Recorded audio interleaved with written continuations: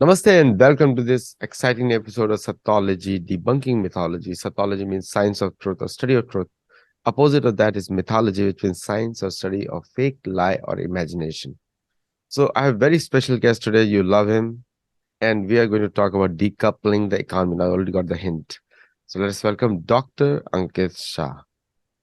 नमस्ते। Namaste. So the last show was in Hindi, which is going live. So question for you is, like, the US economy now, the G20 is going on, and what is the decoupling which is going on worldwide with the US economy? I just saw Saudi Arabia also announcing it.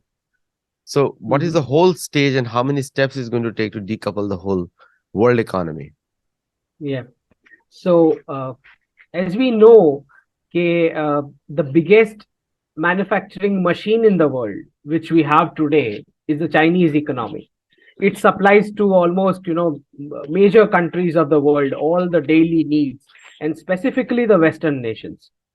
तो ये पूरा जो एक model बना जहां पे 1971 के बाद आपने देखा कैसे जो मैन्युफैक्चरिंग है और फार्मिंग है, ये दो जो, और food logistics and food processing के जो मेन सेक्टर्स हैं, जो बेसिक सप्लाईज जिसको हम बोलते हैं, जिसके बिना आपका रूटीन लाइफ नहीं चल सकता, वो पूरा सप्लाई चेन और मैन्युफैक्चरिंग एशिया को शिफ्ट कर दिया गया। राइट। इससे पहले वी न्यू कि ड्यूरिंग कोलोनियलिज्म एशिया से शिफ्ट करके इंडस्ट्रियलाइजेशन यूरोप ले गया गया था। लेकिन पोस्ट 1971 जहां पे ये फियाट रिजर्व करेंसी डॉलर वाला जो एक unipolar dollar based international trade का सिस्टम बना, जिसको पोस्ट सेकेंड वर्ल्ड वॉर सारी इंटरनेशनल बॉडीज ने भी पुश किया, like United Nations, World Bank, IMF, World Trade Organization. तो पोस्ट 1971 जो फुल फ्लेज डॉलराइजेशन हुआ वर्ल्ड का, unipolar dollar world of international trade, जिसको बार बार ये समझाया जाता है कि it is globalization. It is not globalization. Globalization का मतलब होता है कि चारों factors of production, that is man, machine, market and money, all four factors of production should have free flow, free entry and exit in all nations। तो कभी भी world ने ग्लोबलाइजेशन तो देखा ही नहीं। तो 1971 के बाद जो पूरा एरा है अभी तक, that is a unipolar dollar led international trade format, जहां पे वेस्ट ने रोल लिया फाइनेंसिंग और कंजम्पशन का, और सेविंग्स और इन्वेस्टमेंट का जो रोल है और मैन्युफैक्चरिंग का, वो गल्फ और एशिया के लिए रखा गया, विच is why because of lot of manufacturing pollution भी ज्यादा रहता है जहां पे मैन्युफैक्चरिंग होता है। तो ये पूरा जो मल्टीलैटरल वर्ल्ड है, जिसको बोलते हैं based on unipolar dollar led international trade या रूल्स बेस्ड ऑर्डर, जो बार बार वेस्ट बोलते रहता है, बेसिकली उनके खुद के रूल्स जो उन्होंने इम्पोज किए, इसके तहत एक सिस्टम जो बना है, उससे अब डीकपल हो रहा है पूरा वर्ल्ड।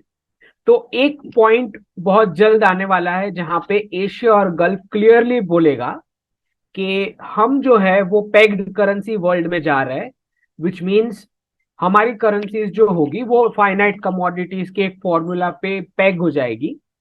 जिसके बाद अगर वेस्ट को कुछ परचेस करना है एशिया या गल्फ से, तो बड़ी ही मुश्किल आने वाली है, बिकॉज वैल्यूएशंस का और रेफरेंसिंग और इनवॉइसिंग का प्रॉब्लम शुरू हो जाएगा। क्योंकि वेस्ट अभी भी फियाट करेंसी मॉडल में होगा, जो which is backed by nothing. जो प्रिंट होता है Fiat currency, it is backed by nothing. तो एक पॉइंट आएगा जब एशिया और गल्फ बोलेगा कि इधर you are going to peg your currency as well, मतलब वेस्ट को भी अपनी करेंसी पेग करनी पड़ेगी वही कमोडिटीज के फॉर्मूला के साथ, या तो फिर एशिया और गल्फ बोलेगा we want gold as payments, right, physical gold. तो एक ये मोमेंट आने वाला है डी कपलिंग का, जहां पे पूरा एक क्राइसिस शुरू हो जाएगा वेस्ट में, कि आपके सारे सप्लाई चेन ठप हो जाएंगे। आपके जो वॉलमार्ट और कॉस्टको के जो रैक्स है वो एम्प्टी दिखाई पड़ेंगे, क्योंकि आपको वो सप्लाईज नहीं मिलेगी। और चाइनीज इकोनॉमी ने अभी से शुरू कर दिया है वो करना। पहले कोविड का बहाना बनाया और एक्सपोर्ट ऑर्डर सप्लाई नहीं कर रहे, और अब दूसरा बहाना बना के सारे बोल रहे हैं कि वेस्ट से डिमांड ही नहीं है, इसीलिए हम सप्लाई नहीं कर रहे। और सारे के सारे कंटेनर्स आप देखेंगे कि शंघाई और जो भी उनके बड़े बड़े पोर्ट्स हैं, वहां पे वो एम्प्टी कंटेनर्स पड़े हैं। शेंजन बोल लो या शंघाई बोल लो, यहाँ पे massive number of empty containers पड़े हैं उस पोर्ट्स पे। और इसके रिपोर्ट्स भी आए हैं अभी फरवरी के, कि ये सारे स्टैक अप हो चुके हैं। जो स्टोरेज स्पेस भी अब कुछ ज्यादा बचा नहीं है पोर्ट्स में, सारे कंटेनर्स फैला के खाली पड़े हैं। कंटेनर अवेलेबिलिटी इंडेक्स दिया गया है ऑफ 0.65, तो which is something which is very high in terms of availability. तो ये सारा इंडिकेट करता है कि एक एक्सपोर्ट का रिकैलिब्रेशन एशिया और गल्फ शुरू करने वाला है, जहां पे वेस्ट को ये सप्लाईज नहीं मिलने वाली। तो this is the kind of, और आप देखेंगे कि इवन यूएस इकोनॉमी, क्योंकि ये तो सारा पॉलिटिक्स है, it's all about Jio politics. तो वो लोग भी वर्ड्स यूज नहीं करेंगे लाइक डी डॉलराइजेशन। तो वर्ड जो वो यूज करते हैं पॉलिटिशियंस, वो बोलते हैं डीकपलिंग, वो बोलते हैं फ्रेंड शोरिंग बोलते हैं। तो हम चाइना में से मैन्युफैक्चरिंग सप्लाई चेन्स उठा के वेस्ट में लेके आएंगे, और कुछ हमारे फ्रेंडली नेशंस जैसे इंडिया है, वियतनाम हो गया, यहाँ पे शिफ्ट करेंगे, चाहे वो भले ही कितना कॉस्टली क्यों ना हो।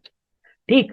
तो डी डॉलराइजेशन को अलग अलग वर्ड्स इस्तेमाल करके उस पर व्हाइट वॉशिंग की जा रही है, but it is basically decoupling of the manufacturing and supply chains from Asia. So amazing. You answered my very difficult question I had always in my mind.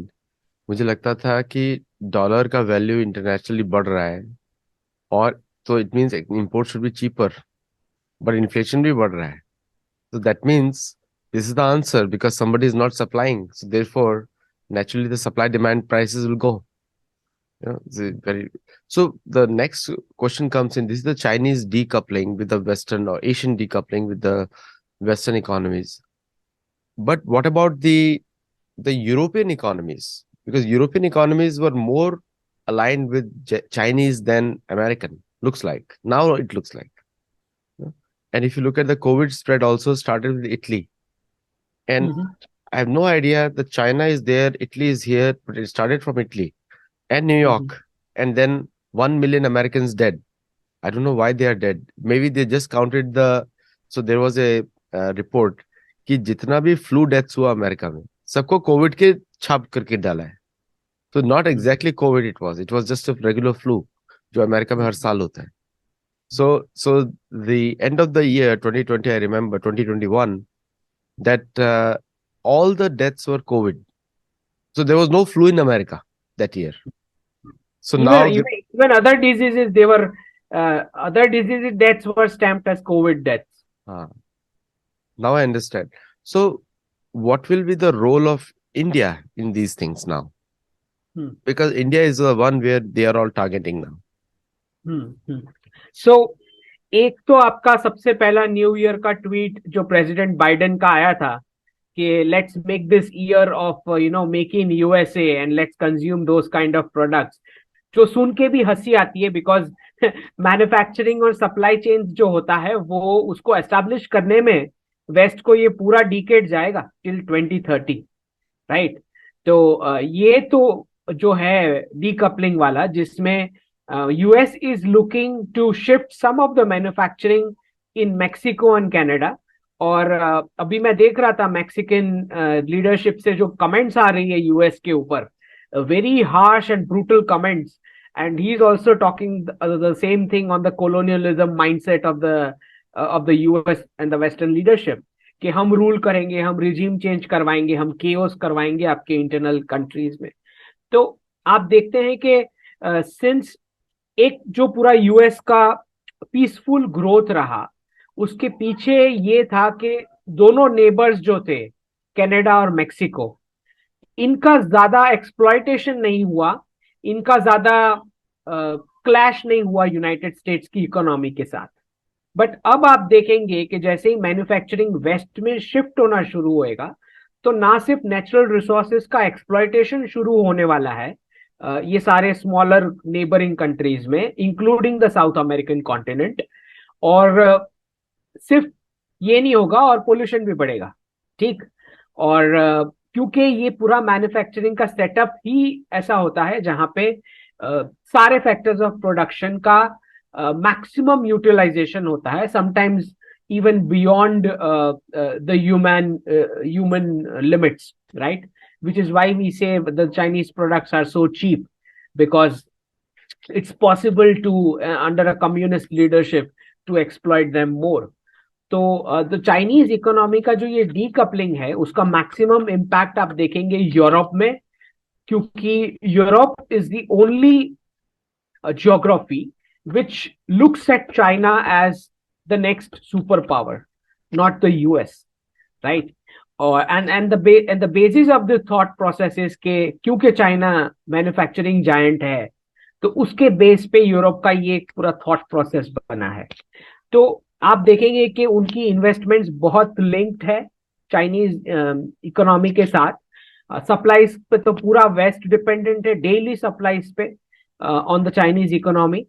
But इससे पहले हमें ये समझना है ज्यादा कि ये पूरा हुआ कैसे, because the Chinese Communist Party उसको पूरा बिल्ड करना, क्योंकि मेरा ये मानना है, because I do geopolitical reading, तो US deep state, UK government, the Chinese Communist Party and Pakistan army, this was the only actual alliance which was working in the world. ये एक ही अलायंस था जो वर्क कर रहा था, चाहे कितनी भी आप बॉडीज बना लो, नाटो बना लो, क्वाड बना लो, कुछ भी बना लो, right? These were the only 4 main partners who were in alliance.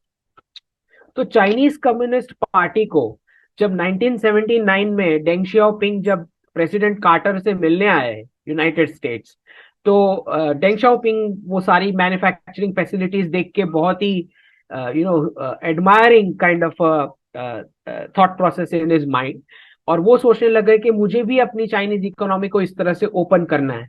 तो प्रेसिडेंट कार्टर से उनका जो भी नेगोशिएशन हुआ, उसके नतीजे में हमने देखा कि 1979 जनवरी की वो मीटिंग के बाद जब डेंग शियाओपिंग वापस चाइना आए, तो एक strict single child policy impose कर दी गई चाइनीज इकोनॉमी में। तो जहां तक मुझे समझ में आता है, डील ये थी कि हम आपको टेक्नोलॉजी पास करेंगे, लेकिन उसके एवज में आप अपना खुद का डोमेस्टिक कंजम्पशन बिल्कुल कम कर देंगे, which is why single child policy लाई गई। और सिंगल चाइल्ड पॉलिसी लाने के बाद चाइनीज को जिस तरह से एक labour factor of production kind of manufacturing giant बनने के लिए पूरा उस थीम पे, पूरी उनकी एक्सपोर्ट ओरिएंटेड मॉडल पे इकोनॉमी को बेस किया गया। खुद के बर्थ रेट्स काट के, खुद के ह्यूमन रिसोर्स को pure labour, unit of labour format में बिठा के वर्ल्ड को सप्लाई करने का मैन्युफैक्चरिंग मशीनरी जायंट जो चाइनीज कम्युनिस्ट पार्टी ने चाइना में बनाया है। अब आप देख रहे हैं इन 2023 शी जिनपिंग, तो उससे पहले हम देखेंगे उनके 2 टर्म हो चुके हैं शी जिनपिंग के, और चाइनीज कम्युनिस्ट पार्टी में ये सिस्टम थी for coordinated and cooperative leadership, कि एक प्रेसिडेंट को 2 ही टर्म मिलेंगे। So there was the limit of 2 terms with a president which is selected. तो शी जिनपिंग ने ये दोनों टर्म में उनका पूरा टसल चला किसके साथ? उन्हीं के प्रीमियर ली केचोंग के साथ। Now Li Keqiang in 2012 was in competition with Xi Jinping for becoming the president. तो वो दोनों को कंसिडर किया जा रहा था उस पॉइंट तक जब तक शी जिनपिंग को सिलेक्ट नहीं किया गया था एज द प्रेसिडेंट। तो दोनों के बीच कंपटीशन था, और ली केचोंग का जो पूरा एक फाइनेंस और इकोनॉमिक्स का इनका पूरा एक बैकग्राउंड है, एजुकेशनल एंड प्रोफेशनल बैकग्राउंड, जिसकी वजह से चाइनीज इकोनॉमी का फाइनेंस का एक बहुत बड़ा रोल जो है ली केचोंग का रहा था। लेकिन आपने देखा कि पूरे 2 टर्म में शी जिनपिंग उनके साथ कंटिन्यूअसली क्लैश करते रहे based on the economic model जो चाइना को फॉलो करना चाहिए। तो उसमें हमने देखा कि शी जिनपिंग बोलते रहे कि we want to focus on, जो वर्ड इस्तेमाल करते हैं शी जिनपिंग, इंटरनल साइकिल, मतलब जितना भी आप प्रोड्यूस कर रहे हैं उसको इंटरनली कंज्यूम करो, एक्सपोर्ट ओरिएंटेड मॉडल से दूर जाओ। तो शी जिनपिंग का ये फोकस था। जबकि आप देखें ली केचोंग और जो दूसरे एक पॉलिट ब्यूरो के मेंबर थे उस वांग, ये दोनों जो थे वो यूएस डीप स्टेट के साथ उनका इतना स्ट्रॉन्ग टाइज था from the previous periods of Chinese leadership, जो हु जिनटाओ और जियांग जेमिन वाला जो एरा था, तभी से एक चाइनीज कम्युनिस्ट पार्टी के एक फैक्शन का पूरा एक रिलेशनशिप सेट हो गया था with the US deep state, which believes in this export model for China and consumption model for the west. ठीक। तो ये पूरे दो टर्म में क्लैश चला ली केचोंग और शी जिनपिंग के बीच। शी जिनपिंग बोलते रहे इंटरनल साइकिल डोमेस्टिक कंजम्पशन, और ली केचोंग बोलते रहे export oriented model of economy. तो ये दो क्लैश चलते चलते चलते हमने देखा नवंबर 22 में जब नेशनल कांग्रेस हुई और शी जिनपिंग ने अपने आप को जो प्रेसिडेंट फॉर लाइफ तो साइन कर ही दिया था ऑफिशियली। उसके अलावा 2018 में उन्होंने सेंट्रल मिलिट्री कमीशन की लीडरशिप भी ले ली, तो वो भी उनके कंट्रोल में आ चुके थे तब तक।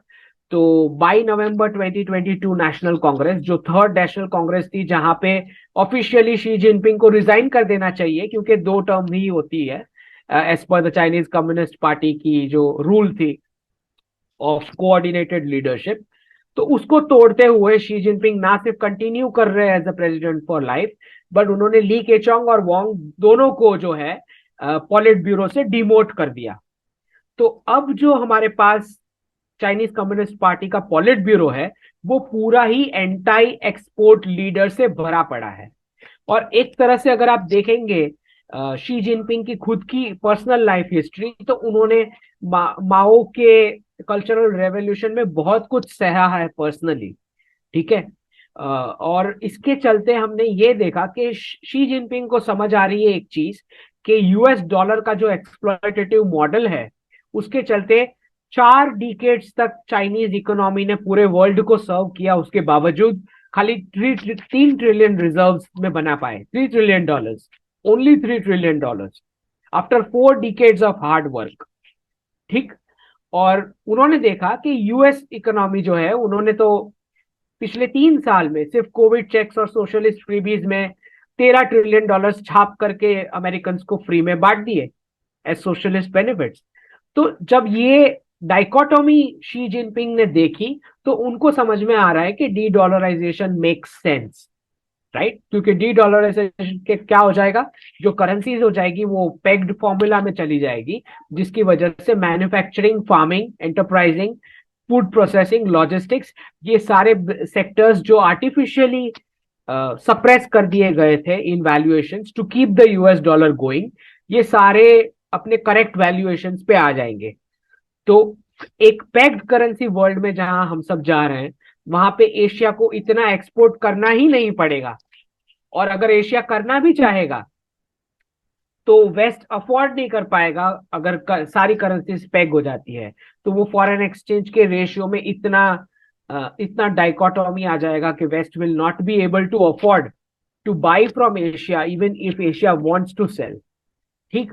तो ये पूरा ये डीकपलिंग का जो पूरा फोकस है वो चाइनीज इकोनॉमिक के ऊपर इसीलिए है क्योंकि they are the main suppliers of the world. तो कल को अगर वो सब कुछ हटा लेते हैं तो it is very difficult for the western countries to even survive, right? क्योंकि उनकी सारी बेसिक नीड्स की सप्लाई चाइना करता है based on the torture of the Chinese labour, जो सीसीपी ने 3 4 डिकेट्स तक चला है। It cannot continue. See, we often forget the contribution of Africa generally. So Africa mein, we can see some of their channels and the Ethiopian president coming online and speaking openly against the Western, how the West has arm twisted them to gain access to African resources. और ये भी हम देखते हैं कि Americans have, in the name of church, in the name of God, virtually everything captured through Western Europe. So what is the decoupling going on in the African Union actually?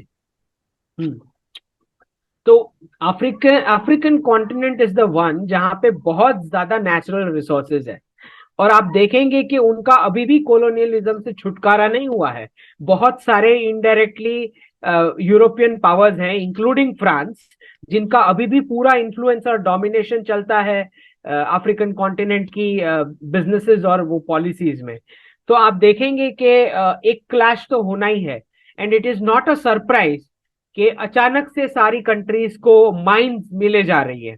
आपने देखा lithium mines अभी Iran में मिली है, उससे पहले कश्मीर में मिली थी, उसके बाद अभी गोल्ड माइंस मिली है इधर उड़ीसा में, राइट। बिल्कुल वैसे मेक्सिको में लिथियम माइंस मिली है जिसको नेशनलाइज कर दिया गया।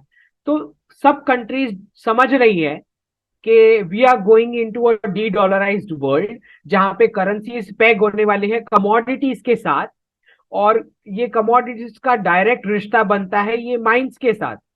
इसीलिए ये सारी माइंस मिल रही है अचानक से।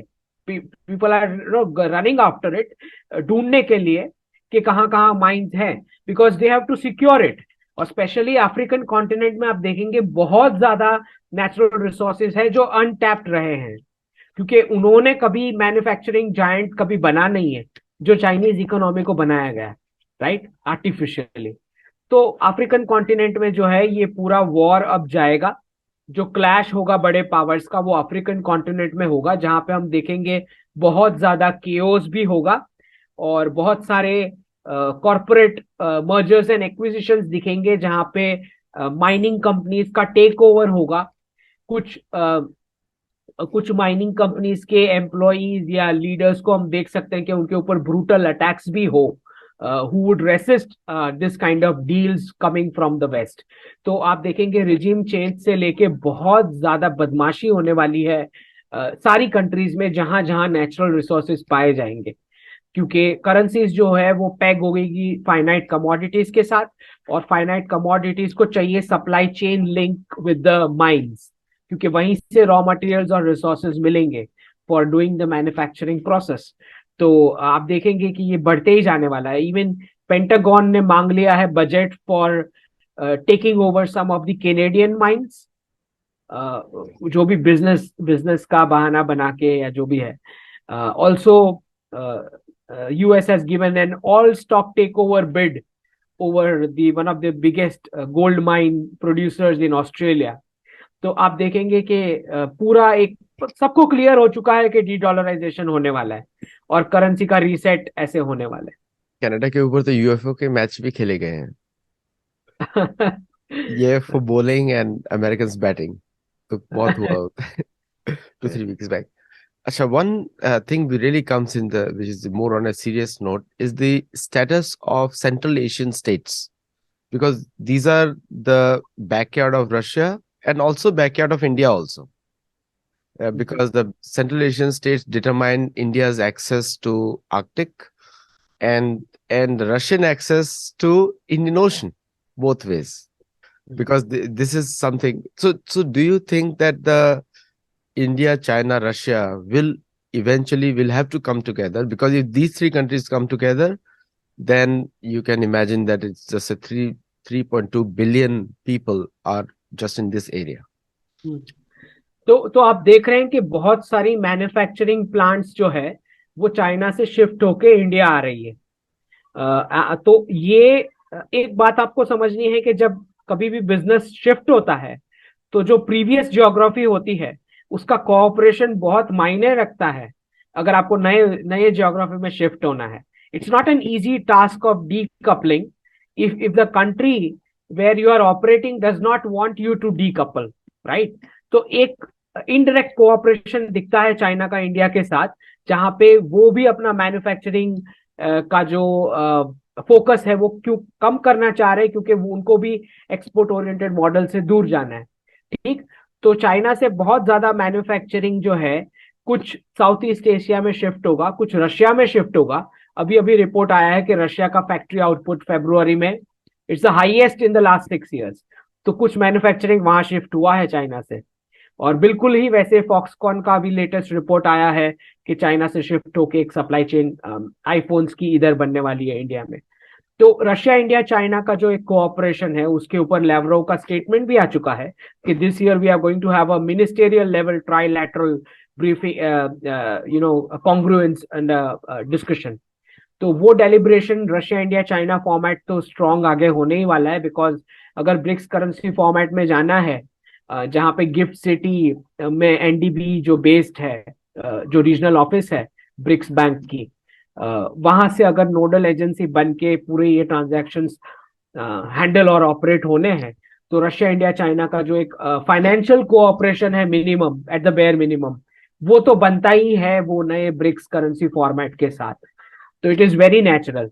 अच्छा, एक बहुत ही इंटरेस्टिंग इवेंट हुआ है। जो चाइनीज नए फॉरेन मिनिस्टर है, ये यूएस में एम्बेसडर रह चुके हैं, और वो G20 में आए थे। और अगर उनका स्टेटमेंट अगर आप किसी ने ध्यान से पढ़ा हो, तो उन्होंने क्लियर बोला है कि respective national rejuvenation of India and China, India has to understand about the respective national rejuvenation of India and China, and this is a once in a century opportunity for the countries. तो national rejuvenation जो word इस्तेमाल होता है वो China में होता है with respect to Taiwan take over. तो जब वो बोलते हैं respective national rejuvenation of India and China, तो मुझे लगता है कि कहीं ना कहीं वो पीओके के ऊपर हिंट देना चाह रहे हैं इंडिया को कि we can consider and align on this POK takeover ultimately. If POK and Taiwan and Ukraine, these were the three which President Putin, offered a kind of a diplomatic support to each other. जब भी हम ये attempt के लिए जाएं, तो waste के साथ जो फेस ऑफ होगा उसको फेस करने के लिए एक डिप्लोमेटिक सपोर्ट एक दूसरे को बिल्कुल दिया जा सकता है in this Russia India China format. तो ये जो स्टेटमेंट उनका आया है वो बहुत ही इंपॉर्टेंट है, जहां पे वो बोल रहे हैं respective national rejuvenation of India and China, not only China, right. तो यहाँ पे एक इनडायरेक्ट हिंट तो दे दी गई है इंडियन लीडरशिप को। उसके अलावा भी हम देख रहे हैं कि एक बार अगर पीओके का एक्सेस हो जाता है, तो ऑब्वियसली इंडिया का डायरेक्ट एक्सेस हो जाएगा with central Asia and beyond. तो वो तो एक सेटिंग है जो आगे बढ़ेगा ही बढ़ेगा। ठीक है। तो G20 का फॉरेन मिनिस्टर्स कॉन्फ्रेंस तो काफी इंटरेस्टिंग था, और काफी मैं सुन रहा हूँ कि वहां पे there lot of fireworks also अंदर चल रहे थे, पटाखे बज रहे थे अंदर बहुत सारे। तो आपको क्या लगता है कि G20 की मीटिंग में इंडिया ने अपना पॉइंट क्लियर रखा होगा पीओके के बारे में, कि इसके बारे में डिस्कशन ही नहीं हुआ होगा? आई डोंट थिंक कि इसके बारे में कोई डिस्कशन हुआ होगा, but I think overall diplomacy जिस तरह से इंडिया की रही है last since Jaishankar has taken over as the external affairs minister, मुझे लगता है कि देयर इज नो कंट्री और big power in this world who would like to interfere in a bilateral arrangement or a bilateral dispute जो India और पाकिस्तान खुद अपने आप से हैंडल कर लेंगे। तो हो सकता है कि एक फैसिलिटेटर का रोल हो during the crisis event, but otherwise मुझे नहीं लगता कि कोई भी वेस्टर्न पावर आके इंडिया को रोकने की कोशिश करेगा if we go for a PoK kind of an attempt. और जहां तक चाइनीज का सवाल है, तो वो तो एलएसी पे जो हम जिस तरह से एंगेज्ड है, और जिस तरह से ब्रिक्स प्लस फॉर्मेट आगे बढ़ रहा है, और जिस तरह से उनका जो प्रायोरिटी है जो ताइवान वाला, उस हिसाब से तो बहुत ही क्लियर है कि उनका प्रायोरिटी अगर ताइवान है, तो they will have to adjust with our priority which is going to be PoK any point in time. तो मुझे लगता है कि एक रशिया इंडिया चाइना फॉर्मेट का कोऑपरेशन इजीली बन जाएगा, क्योंकि Russia is also looking for some kind of settlement eventually with the Ukraine conflict, right? See, we have seen many of the American businesses and the Western businesses leaving Russia. उस पे अपन लोग बात भी कर चुके हैं एक बार, लेकिन the place is filled by the Indian chains now, and also the raw material coming from food and medicines is also coming from India. And people who in India doubt the Indian quality, just let you know that in USA, most of the basic drugs are made in India, including aspirin people take or anything. They all come from India. In India, there's a different called, they're called crocin or some other medicine, but most of the other ones are made in India. So the quality is very high, Indian medicines. In fact, मैं जब भी लेता हूँ तो मैं देखता हूँ made in India किधर लिखा हुआ है, तो then I take it. So but the question comes in, the doubts that they have against the Indian quality of produces being sent to Russia. What do you have to say on that?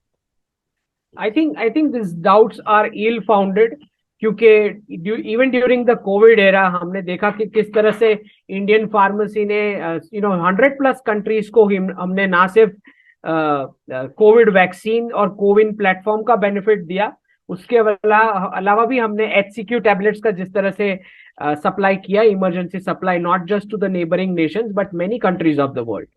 तो मुझे नहीं लगता कि quality related, I mean there would be some kind of sabotage attempts with this kind of narratives playing out, but otherwise I do not see there would be any kind of a quality lapse in terms of I think there would be more quality lapse in terms of western medicines जिस तरह से वहां experiment चलते हैं on people, you know, I don't think with the Indian supplies that you will have that kind of any bigger concern about it.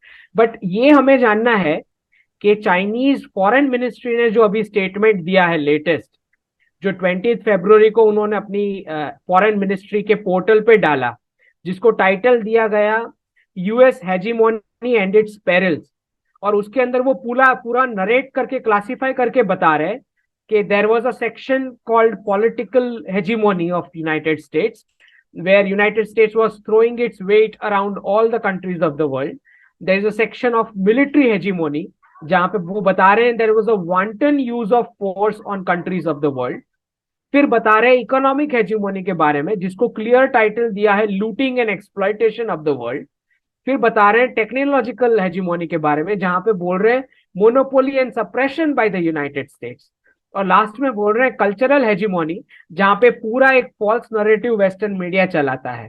तो Chinese ministry का जो ये ऑफिशियल पूरा डॉक्यूमेंट उन्होंने फॉरेन मिनिस्ट्री पे डाला है, जहां पे इकोनॉमिक हेजीमोनी के अंदर यूएस डॉलर के बारे में क्लियरली बताया गया है कि किस तरह से $100 का नोट जो है वो 17 सेंट्स में बनता है, और उसके बदले United states purchase $100 worth of Chinese goods.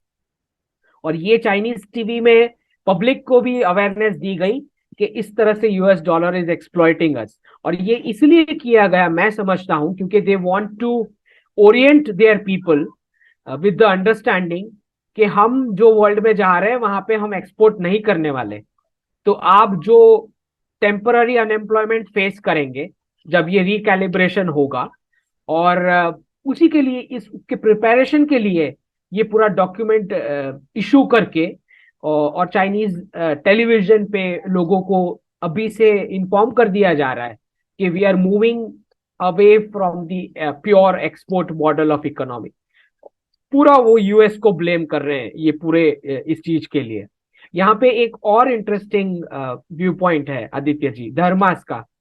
1962 का जब जो वॉर इंडिया के ऊपर किया गया, that became a necessity for 1966 cultural revolution. तो कल्चरल रेवोल्यूशन में चाइना ने जितने भी इंडिया इन्फ्लुएंस धार्मिक और रिलीजियस प्रैक्टिसेस थी with in China, specifically related to Buddhism, उनको खत्म करने के लिए 1962 में इंडिया को एक फिजिकल पंच दिया गया है, ताकि वो प्राइड निकल जाए वो रिलीजियस प्रैक्टिसेस की जो इंडिया रिलेटेड थी। तो Chinese ambassador, I think 20 years plus before 1962, Wu Shi करके चाइनीज एम्बेसडर थे यूएस के, जिन्होंने बोला कि India rules China culturally over centuries without firing a bullet. तो 1966 का जो कल्चरल रेवोल्यूशन का डिसीजन था, वो चाइनीज कम्युनिस्ट पार्टी ने 1962 में ही ले लिया था। तो आप समझ सकते हैं कि वो फिजिकल पंच 1962 वॉर वाला क्यों हुआ था, टू फिनिश ऑफ द धार्मिक traditions with in China which were influenced by India. India influence religious practices और ये फेस्टिवल्स थी। अब उन्हें तब समझ नहीं आया कि this festivals and religious practices were huge economic benefits to the Chinese economy. तो अब 2023 में जाके शी जिनपिंग बोल रहे हैं कि वो फेस्टिवल्स वापस लेके आओ, राइट। तो धर्मास को उन्होंने जो ये इस तरह से जो खत्म कर दिया, वो फेस्टिवल्स जो इकोनॉमी चलाती थी by circulation of money through the economy, in the domestic economy, by domestic consumption and spending and investment and production, वो साइकिल्स अब शी जिनपिंग बोल रहे हैं कि रिवाइव करो, वो फेस्टिवल्स वापस लेकर आओ, राइट। तो एक पूरा ये इंडियन इन्फ्लुएंस्ड जो हम सनातन इकोनॉमिक्स मॉडल बोलते हैं, जहाँ पे हमारे मंदिर इकोसिस्टम के इर्द गिर्द पूरा एक टूरिज्म का इकोनॉमी चलता है, राइट। उसका बेनिफिट अब शी जिनपिंग को भी दिख रहा है वहां चाइनीज इकोनॉमी में, कि अगर वो फेस्टिवल्स जो रिलीजियस प्रैक्टिसेस से रिलेटेड थी, इंडिया इन्फ्लुएंस्ड वाली, जो 1966 के कल्चरल रेवोल्यूशन में हमने खत्म कर दी, अगर हम वो वापस लेके आ सकते हैं तो हो सकता है हम एक्सपोर्ट ओरिएंटेड मॉडल से दूर जा सके। तो एक एक अवेयरनेस वहां भी आ रहा है of an indirect Sanatan economics model. Very good points actually. और एक मेरा लास्ट पॉइंट था, Americans and the West are always the guinea pigs of the corporations. वो सारा टेस्टिंग हमारे ऊपर होता है on every single thing, including philosophy, medicine and insurance policies का भी होता है हमारे ऊपर guinea pig testing. So one thing is there, why India is trying to adopt these practices in their own country, which has worked, not worked for Americans also. तो एक बहुत ही ज्यादा अर्बन इंडिया का जो पूरा डेवलपमेंट और urban areas जहां भी वर्ल्ड वाइड डेवलप हुए, वो एक service sector based Fiat dollar influence western template के हिसाब से वर्ल्ड वाइड सेटअप हुए, जहां पे जॉब्स मॉडल को प्रायोरिटी दी गई over enterprising model of manufacturing and enterprising economy, farming economy. तो हम देखते हैं कि जहां भी अर्बन एरियाज आपको दिखेंगे वर्ल्ड वाइड, किसी भी कंट्री में आप देख ले, वहां आपको दिखेगा एक implementation of Western template in the lifestyle, and also an admiration for the Western lifestyle, of equating Western with modern।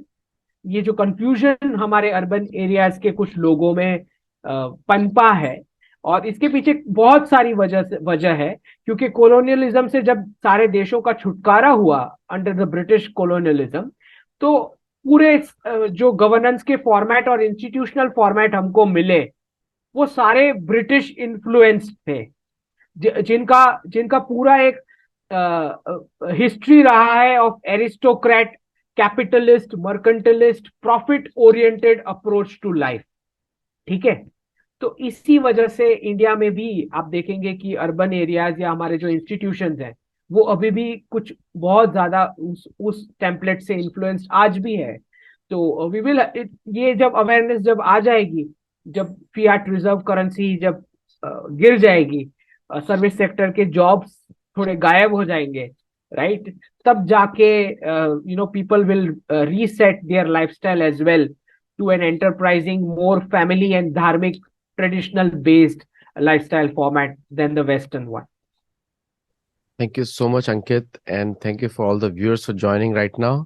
Do like, share, and subscribe. And there is a playlist of Ankit Shah exclusively on Satology, which you can hear him in detail and more than anywhere else.